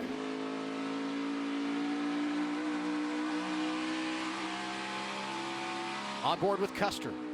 I think you said it, Michael. Hemrick's got a little something for this final run of the race. He's really found speed, got around Cindric, and not messing around when it comes to working over Cole Custer for third here. He got a little bit of damage to the right side of that car as well. As close as Hemrick's been so many times, you got to believe if he can sniff that victory at the end of this race, that he will do whatever it takes at this point to get it done, especially after last week at Michigan. Hey, giving credit where credit's due. I mean, we celebrated the 7 and their pit crew, right? I wonder what Jason Burdett did to that car adjustment-wise on that last stop, because there's no doubt, way faster right now, at least as far as his advantage over second, than what he's been throughout the day. Check out this replay. Ross Chastain got bumped by Ryan Reed. Ryan was trying to get to the bottom, and the 18 car was down there. Riley Herbst and pushed them together. That was a near miss. That does not work out when there's another car inside. You got to give him that lane, and Riley did not back off. He didn't do anything wrong, though. And the only mistake Riley has made, he was caught speeding on that last pit stop. He, Tyler Reddick, and Ryan Truex all had speeding penalties. They've worked their way back toward the top 15 here, so we'll continue to follow their progress. And speaking of progress, what about the day for Kaz Grala? Qualifies up inside the top 10. Spent a good portion of the afternoon, 12th, 14th. Money's on the line. Where's driver 61? 6th right now. And he almost was in the outside wall. That just shows you how hard they're battling. And then a shout out too, right behind him, Ty Majeski. He had to go to the back of the pack because of a mistake on pit road. He's right there in the 7th position. So so many great stories of guys overcoming adversity and getting in a position like Matt Tifft racing here with the 22 of Cindric. Cindric starting to go the wrong direction. Not sure what their adjustments were, but maybe not what he needed for this short run to end the race. 32 laps remaining, and there goes Tifft inside of him. Started at the rear, had a penalty early in the race. He's now 8th, and Michael Annett in the top 10. Great for the driver out of Des Moines, Iowa. Grew up playing hockey. Never really thought he'd be a race car driver. It's worked out that way, and doing a nice job here at his home track. Second consecutive year we've seen him doing that. And definitely a team that needs something positive to happen. This season has not gone the way that they want, and he's battling for a playoff spot right now. He needs every point that he can get as we get down towards the playoffs. That was close, huh? Well, look who he's racing with, Michael. Two guys that are racing in the Xfinity Series for the first time. Justin Haley in the 23 for GMS, and here comes Riley Herbst after a speeding penalty trying to put himself back inside the top 10. That is impressive. Talk about turning up the volume as the laps wind down. Herbst got 2 for 1 turn there. For Allgaier, the lead at the front, 1.2 seconds over Christopher Bell. There you see the young man out of Las Vegas. Off-road racer, his family, champions in that sport. And he's proven that he's ready to go NASCAR. Rookie of the Year last season in the ARCA Racing Series. Got a win in Pocono. Had some ups and downs so far in 2018. But a part of the Joe Gibbs Racing Development Program. You know you have talent when you fit into their operation. And Herbst showing it here today in his Xfinity debut, trying to track down fellow rookie Austin Cindric, who's 9th. A lot of times when you see the 22 and the 18 going at it on a Saturday, Sunday afternoon in the Xfinity Series, it's Brad Keselowski, Joey Logano, Kyle Busch. Not today. And here's Ty Majeski. What an afternoon for the driver out of Wisconsin, Hermie. You know, Adam, everybody on the racetrack has something to race for or is racing other than the win for improving your career or making a name for yourself. This time Majeski today has been very, very impressive.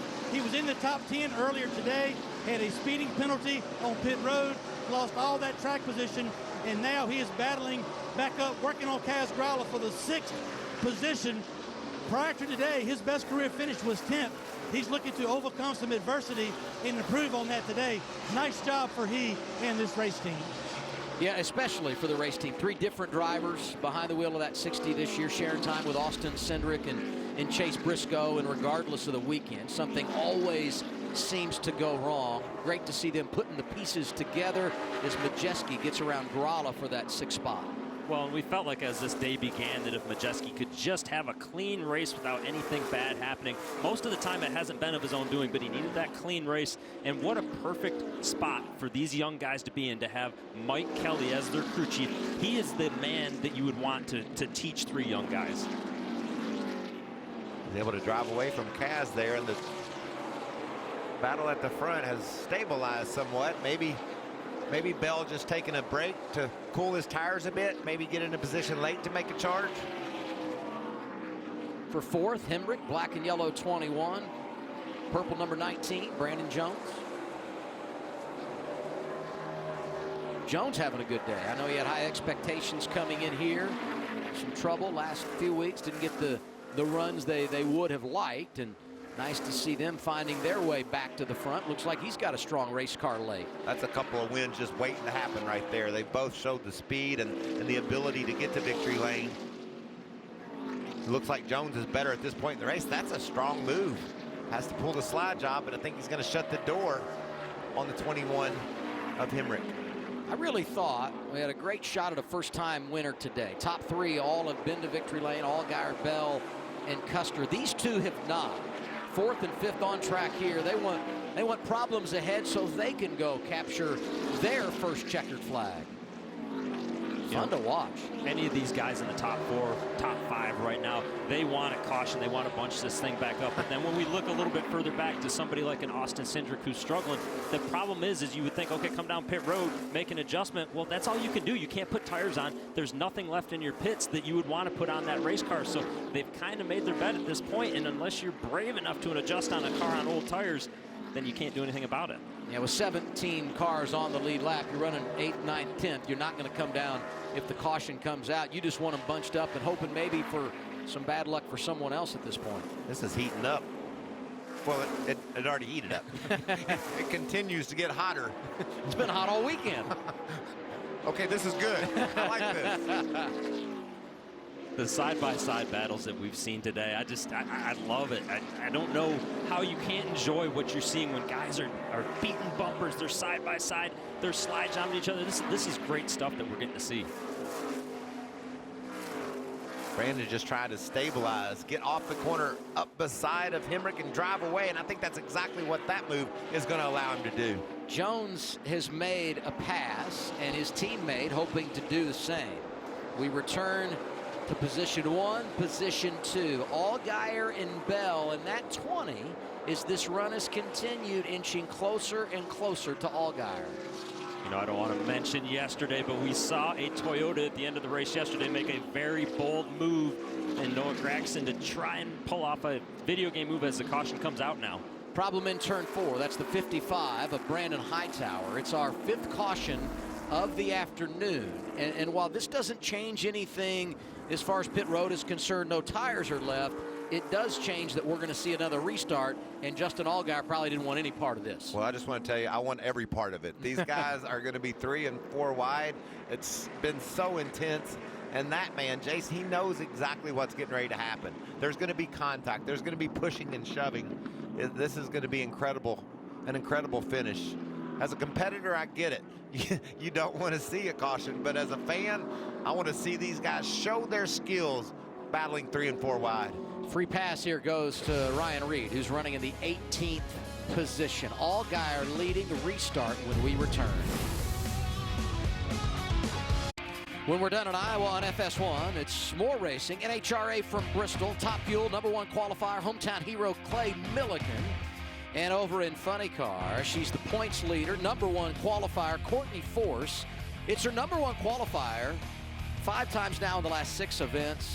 Looking for a 4th win of the last 5 tries. NHRA eliminations from Bristol. Coming up next, it's live on FS1. But we got a long way to go here.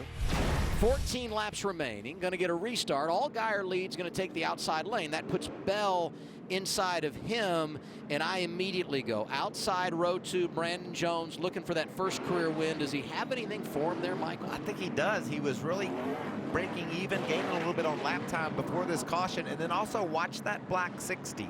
He's got a fast car as well. He had good lap times going, so I think this is going to be really interesting. We had 2 players that were getting ready to have an intense battle to the checker. Well, we invited about 10 or 12 of our friends along for this battle now. Be fun to see how aggressive these guys get.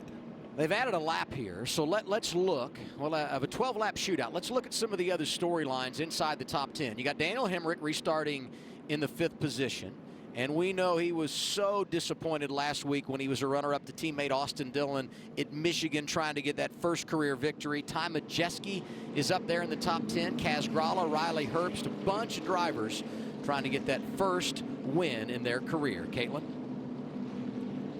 Looking at Brandon Jones right now, he's pretty happy with his car, just saying a little loose on exit and a tick tight in the middle, but overall not too bad. He's currently shown 3rd there.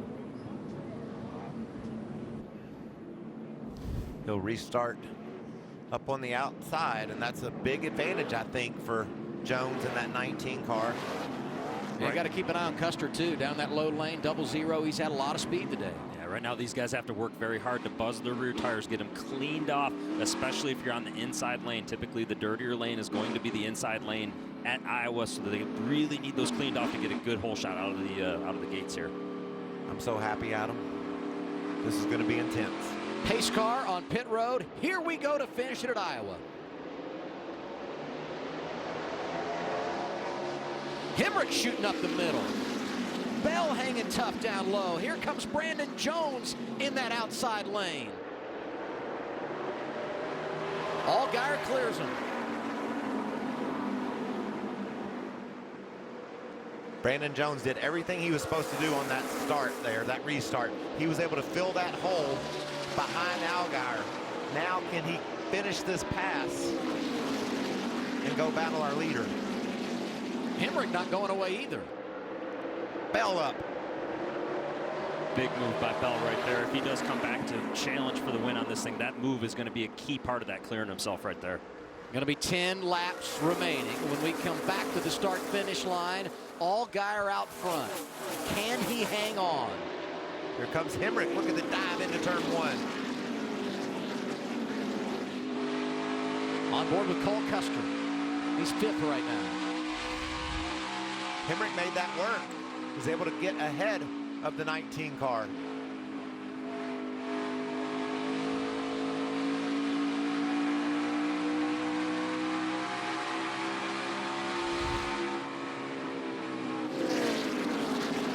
Custer making the inside lane work as he goes around Brandon Jones. Swings to the high side off of turn 2. Riley Herbst has found his way to 6th. Look at Kaz Gralla, Justin Haley up there, Matt Tiff, Tyler Reddick coming back from a speeding penalty. So many great stories inside the top 10. 8 laps remain.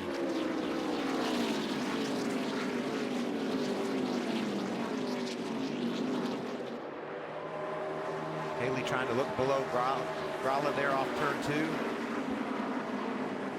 Former teammates at GMS last year, those two guys, they know each other well. Like Majeski in the black car to the bottom on Herbst, not able to make that move work.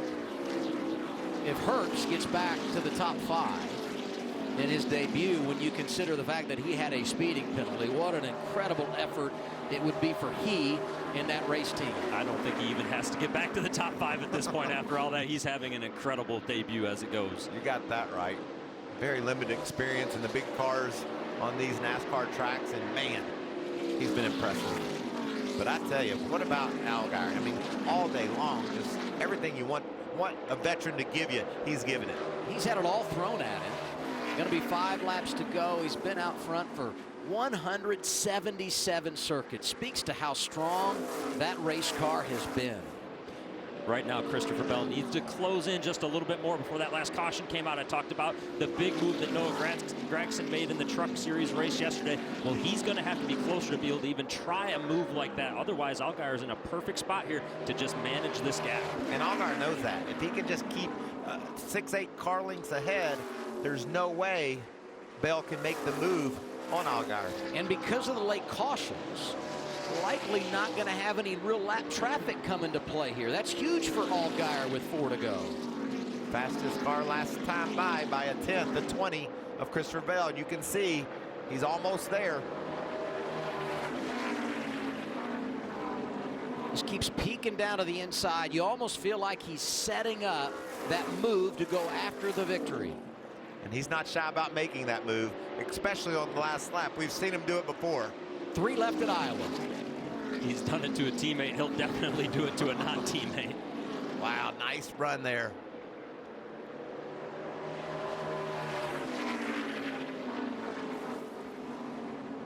Going to be 2 to go this time around. Allgaier hanging high, but Bell gaining ground.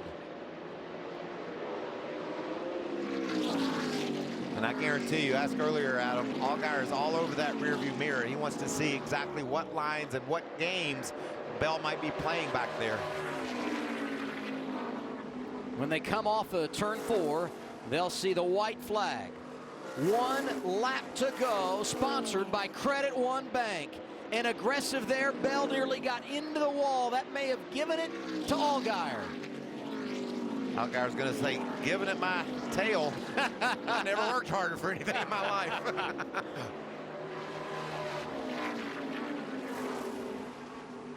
Off of turn 4. Happy Father's Day. Happy Father's Day. Justin Allgaier. Iowa for a long freaking time, and what you boys just did it. How cool is that? 7th career win awesome for Allgaier. Job, dude. You drove your butt off right there. Great job all day. Good job in here, everybody. Woo. I just think it was the corn. I mean, he came to Iowa with corn on his car. I had to make him a favorite. What a day for that team, and they get Jason Burdett, the crew chief, back a week and a half ago, and you wonder how much one person can matter. That should show you right now that team's right back to where they were at Dover before the suspension. And how gratifying must it feel for Allgaier to be able just to hold off one of the best young racers in the country and win this race? I mean, he had to be perfect those last 10 laps, and he was just that. We said this was an opportunity race. Allgaier wins, locks himself into the playoffs, and not only does he get the victory, he wins stage 1, stage 2. He's piling up those playoff points. We discussed it early on, who was going to step up and get those playoff points, and Justin was the guy that said, I'm going to do that today. I'm so impressed with the whole team. The pit crew had one bad stop. They bounced back with a great pit stop. Everything about this day is everything you hope for when you strap into a race car before they start the engines. Bell comes home second, and when you consider that he started at the rear, impressive day for the youngster out of Norman, Oklahoma. Daniel Hemrick, while he doesn't win, continues to consistently knock out those top 5 finishes. Cole Custer doing the same. Brandon Jones finished 5th, and Riley Herbst didn't get to the top 5, but what a debut for him. A perfect day for Riley Herbst. Here it was coming back to the white flag. Giving it all he's got right there. He was going forward, and you can't fault him for doing that. The car just stepped a little bit sideways on him, and that was all it took to increase that gap to where Justin Allgaier didn't have as much pressure on him. Mentioned Herbst was 6th. Ty Majeski, best of his career, 7th today. Tyler Reddick, despite a speeding penalty, was 8th. Penalties for Tift came back to 9th. And Kaz Gralla wound up inside the top 10, the second time he's been able to do that since going over and driving for Fury race cars. You know, this is the second time that the 7 cars won on Father's Day weekend. Also, I remember a guy doing it a few years back on Father's Day weekend in that race car. Would that been at Michigan? It would have been Michigan. Was his name Regan Smith? I think it may have been. A little bit different group of guys. That team looks a little differently right now than what it did back then, but definitely a good day for them. Let's hear from Christopher Bell, 2nd today, Caitlin. Yeah, Adam, as you talked about, impressive day for Christopher, starting at the rear, making his way up to 2nd. What more did you feel like you needed there, though, at the end? Man, I just needed to be in front of him. Our Ream Camry was really good. He was really good on the bottom, both corners, but I just didn't have enough to clear him. You know, he could kind of just ride that outside there, outside my door, and just keep me pinned down. So we had a really good Ream Camry, just unfortunately not good enough to get by him. Well, Christopher Bell earns his 8th top 5 so far this year. Unable to get that 2nd win of the season, but the good news for him, he is locked in to the playoffs. Justin Allgaier also locked in, highlighted in yellow with his win today. There you see Tyler Reddick in 3rd as the playoff standings now complete after 14 races. Elliott Sadler leads in the regular season championship chase. He is 4th on the playoff board. Cole Custer rounding out the top 5. The cut line right now belongs to Ross Chastain. He's plus 24. It's Allgaier in victory lane. What a race, what a win for this race team. Got him out of the car, still getting the helmet off. It takes unbelievable effort to win races at this level, but if you ever had to work for one, describe what the last 50 laps and that last restart was like for you to seal this win. Unbelievable. First of all, glory to God, man. We had a great car today. These guys did a fantastic job. I can't thank everybody at GD Motorsports enough. Our brand fresh and agriculture Camaro was fast. It was incredible. We're in the middle of cornfields. How can you not enjoy this? Rick Brandt told me to cause a party before the race, and we do that on Father's Day. Man, that's really cool having my daughter here. I just can't thank all of our partners enough. Everybody at GD Motorsports, Hendrick Engine Shop, Chevrolet, obviously Brandt, Hellman, Suave, Breyers, Degree Axe, Doveman, Cessna, Exalta, Northeastern Supply, just everybody that's a part of this race team, my family. It's, man, is it cool to win one, especially at Iowa. These guys are in victory lane, and they're back in the playoffs. Quite an afternoon. The tone was set here today. Michael Regan, your final thoughts as we wrap up our 3rd short track race of the year. Well, very cool to see Justin Allgaier, a father, be able to win with his family at the racetrack. There's nothing more meaningful to a race car driver. And you could just see how special it was for him to go out there and win this race. You talked about a dominating performance. He dominated by about a half a car length all race long, and that was a well-deserved and an awesome victory. At the end of the day, he leads 182 of 250 laps, gets his 7th career victory. Thanks to our entire crew. at Iowa, doing an outstanding job. Next up for us, NASCAR on Fox Sunday afternoon. We're in Sonoma Wine Country. Monster Energy NASCAR Cup Series on FS1 at 1:30 Eastern Time. Special thanks to Caitlin Vinci, Hermie Sadler, who did a great job of the pits. With Michael Waltrip, Regan Smith, I'm Adam Alexander. Congratulations, Justin Allgaier. It's time for NHRA in Bristol.